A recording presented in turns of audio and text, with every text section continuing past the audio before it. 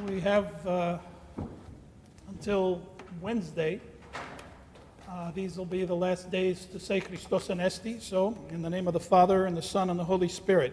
Christos Anesti. Alithos Anesti. In a moment or two, I'm going to ask Parish Council President Jim Clements to come forward to offer a few words about the gradual reopening of our community.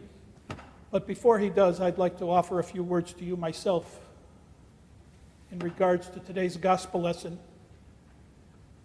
of the man born blind, the man who was healed that was born blind.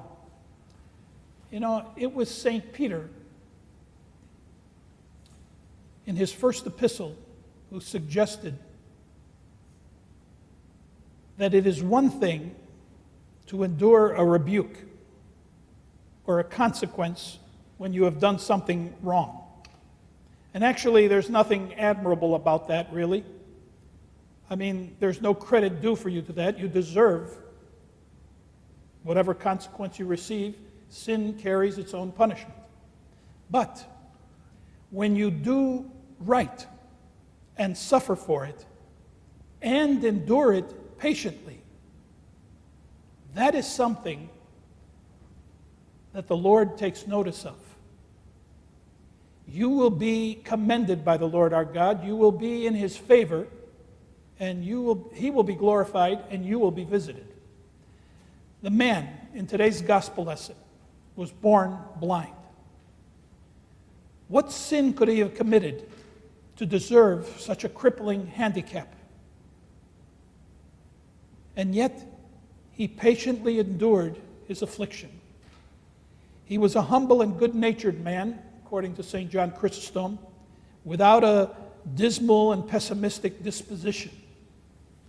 What a contrast to those who, over some trifle that doesn't go their way, become irked and offended and get angry at the drop of a hat. And then they become irrational, almost antisocial in their behavior, stubborn, aggressive, arrogant on the one hand, and self-pitying, and on the edge of despair on the other hand. Why is that? What are they believing in times like that when we are, temporarily, almost spiritually insane? I have the suspicion that when these things happen to us, we are believing two things, at least two things. One, that we are not loved, and secondly, that we are not protected. Assaultive, negative thoughts are running rampant in our battle-wearied minds, plunging us into deeper darkness and anxiety. This is why, my friends, faith is so critical in our lives, to our well-being, to our relationships, in our personalities. We must believe and be convicted that we are known and we are loved by the Lord our God. We have to experience that somehow and be convicted of it. When we are, we're different people. We must believe that the Lord is the dispenser of human affairs. He is the author of our salvation, and He gives to each person what is fitting and deserved. Is there an injustice in your life? Have you been enduring it for many years? Is it haunting you? Patiently endure. And not only that, not only endure, but see the hand of God in it. What is He up to in your history of salvation? If you do patiently endure, He will respond. I know He will. I'm certain of it. He will be glorified. You will be visited. Let me conclude with a story that speaks to this very thing. It's from the Desert Fathers. There was once a monk who complained to his Yeronda, his elder, that so-and-so monk stole something from my cell. What to do, said the elder.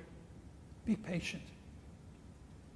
2 weeks later, the accused man came to the Yeronda and said, so-and-so thinks I took something from his room and he's not speaking to me. What to do, said the elder. Be patient. Some weeks later, the accused man came again to the abbot. I can't take it, Yeronda. So-and-so still doesn't speak to me. He thinks I stole that thing from his cell and he scurries away whenever he sees me coming. I heard he even changed the locks in his room. He even sees me in one line going up for Holy Communion and he goes to the other line. I can't take it, I tell you, I can't take it. The gentle spiritual father inquired, you said you didn't steal anything from his cell, correct? I don't even know where he lives. All right, listen to me, said the Yeronda. You've done other sins in your life, haven't you? The monk hung his head and said, you know I have, Yeronda. Well then, he continued, why don't you just consider this hardship retribution for some other sin that you got away with? Then you'll be able to bear it. If you say so, Yeronda. Before you go, if you really want to fulfill the law of Christ, you'll go to your brother and you will ask for his forgiveness. But Yeronda, I didn't steal anything from him. I don't even know where his cell is. The wise elder continued, I know. But Christ willingly went on the cross and he didn't do anything wrong at all. So he continued, why don't you go? I'll tell you his room number. Get on your knees, knock at your brother's door, and when he comes, ask for his forgiveness. The obedient monk humbly acquiesced. May it be blessed. He went, got on his knees, knocked on the door, and bowed his head. When his brother opened the door, oh, the wonder. Before the accused could open his mouth, the other monk cried out for joy, oh, my brother, I'm so glad you came. I found that thing under my bed. End of story.